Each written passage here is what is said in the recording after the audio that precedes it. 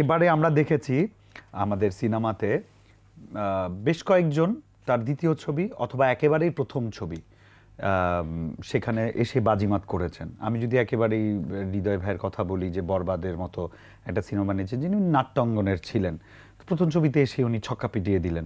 আগে একটা ন্যারেটিভ ছিল, আমরা বলতাম যে টেলিভিশনের নির্মাতারা বা নাটকের নির্মাতারা এসে সিনেমা বানাতে পারে না, সিনেমাটা হয় না, সিনেমা বানালে ওটা নাটকের মতো হয়।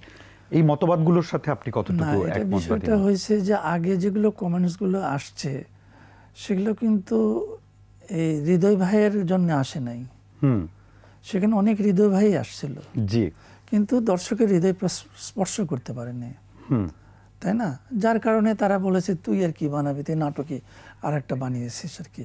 এবং ইদানিং আরও বহু কিছু চলচ্চিত্র রিলিজ হচ্ছে, সেন্সারে জমা হচ্ছে, সেগুলো কিন্তু একই কথাই, যে এটা নাটকই হয়ে আসছে, বড় পর্দায় দেখাচ্ছে, জি।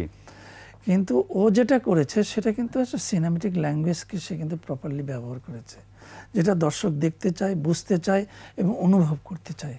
এখানে ওর সাকসেসটা, এবং দীর্ঘ পরিশ্রম এবং দীর্ঘদিন তার একটা চর্চা ছিল যে আমি কিভাবে প্রেজেন্টেশন দিব। সবাই তার গল্পই বলবে, কিন্তু তার দীর্ঘদিনের একটা মানে আমি যদি বলি যত্ন, আমি যদি বলি তার একটা ডিভোশন ছিল এর উপরে আর কি। এটা ছবির ফ্রেম দেখলে বোঝা যায় আর কি। ওয়ালটন আবারও মিলিয়নিয়ার অফারে ওয়ালটন ফ্রিজ কিনে আপনিও হয়ে যেতে পারেন মিলিয়নিয়ার।